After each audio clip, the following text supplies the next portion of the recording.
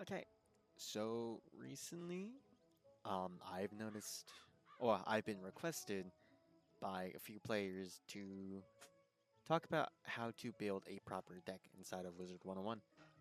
So today we're just gonna go through like each different phase.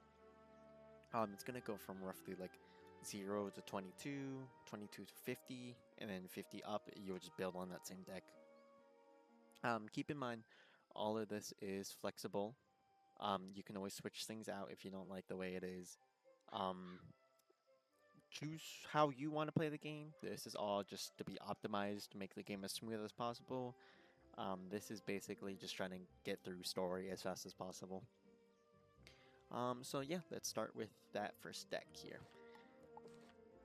So the very first deck you make should look something like this. So eventually, how I made each of these decks, you want to be able to be doing something every round. You don't want to waste a round. You don't want to skip. You don't want to like have multiple of the same stuff just sitting there. So with this 0 through 22 deck, basically it lets you blade, trap, and then if you want a 3 pip hit, you 3 pip hit. If you don't need the 3 pip hit, you can always just blade 2 pip, or if it's already low enough, you can just 1 pip. Keep in mind, all of this is using storm cards. Of course, you use your school pip amount.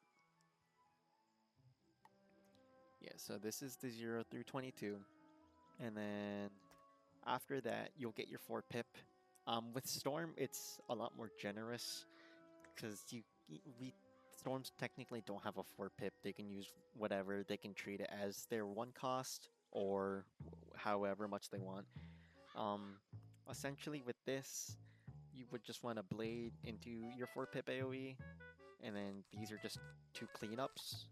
Honestly, if you really want, make sure you pick up your elemental blades or spirit blade depending on school, and then you can always just take it out.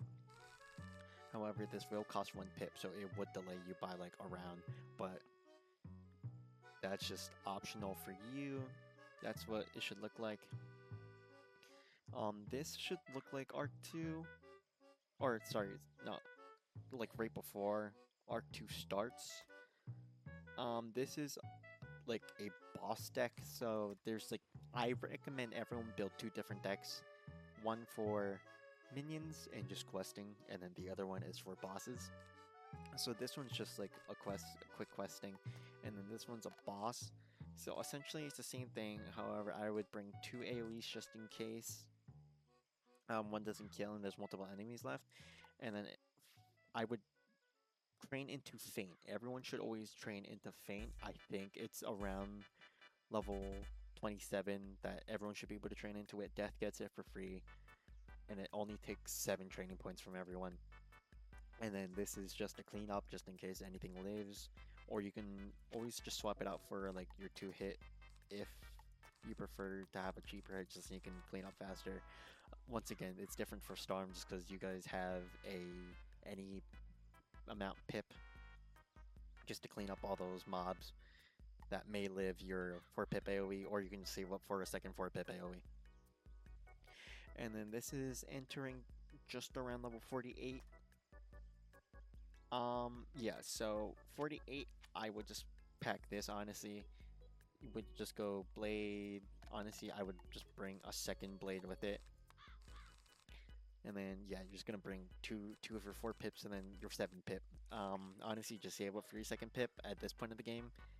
Your 7 pip should be able to wipe everything just with a single blade. But if not, you always have a 4 pip to clean up, and then I would also just bring like a 2 pip or a 3 pip just in case you can't save up for your 4 pip. And then going back for your boss deck, also bring a Pixie, of course, in case you need the heals. Okay, reaching level 50 then, a simple fix to this is just bring what would be your Strongs, which you get in Celestia then. So this is level 51 now entering. I would just get rid of like your your single hit, and then you can just rely on these 2 hits. They'll get you through that. And then this is a little later once you get like your berserk. Yeah, your berserk, you can replace that instead of frenzy. And then from now on, instead of using your sun spell, I'm just gonna be using epic just because it's the max tier, but make sure you always upgrade these. I can make another video going through on how to get all these because they do have to go in order and they are a little tedious at times. But yeah, so how this stack works is you enchant a blade, so now you can blade stack because you're using 2 different blades technically. So if you use that on one of your blades and then blade the second time, you use both the blades on the same hit, and you enchant your hits, and then you frenzy right before you hit, or you can frenzy hit if you think you can kill. And the deck's just really simple to use. And then of course, if you're going against a boss you're struggling with, you bring in a feint, and then you bring in a potent trap. If you really want, you can bring in a second feint, just a feint stack like you would a blade stack. And then if that's not enough damage, which it really should be, you can always bring in your elemental or spirit blade of whatever school you're using. And then honestly, once you're max level, everything's a breeze to you. This is what it should look like. Just 3 enchants, your 5 pip, your 7 pip, and then your 4 pip. And then frenzy, you just frenzy round 1 if you can't round 1 the fight. And then just use your 7 pip. That should wipe basically everything. And then this is what I use for bossing. So it just basically guarantees I can at least blade trap of any kind. Every round I always get a different blade. And then if I hit the shadow pip, I hit with my shadow pip. And if not, my 7 pip should kill with all the blades. But at 170, it's obviously you're going against a lot of cheats. So you have to be really flexible with it. You just make sure you read your cheats at 170, or even like level 50 and up. Every time you go into a fight, I would read the cheats just to double check your deck is okay. And then no matter what school you are, you can always play support. This is like the most ideal support deck. You can always swap out, of course, Spirit Blade and Elemental Blade depending on what school you're supporting. Item cards like Balance Blade work on every school, so I would just do that. But yeah, that should cover every level. Of course, if you have any questions, you can leave them down in the comments. But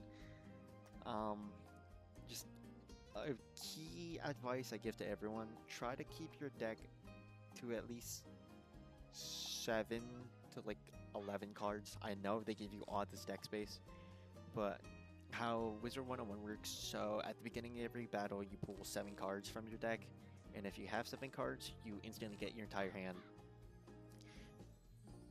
And it just makes it a lot easier because you don't have to keep drawing cards, you don't have to stall out rounds, you can just do what you need for that round and then set up for your big hit.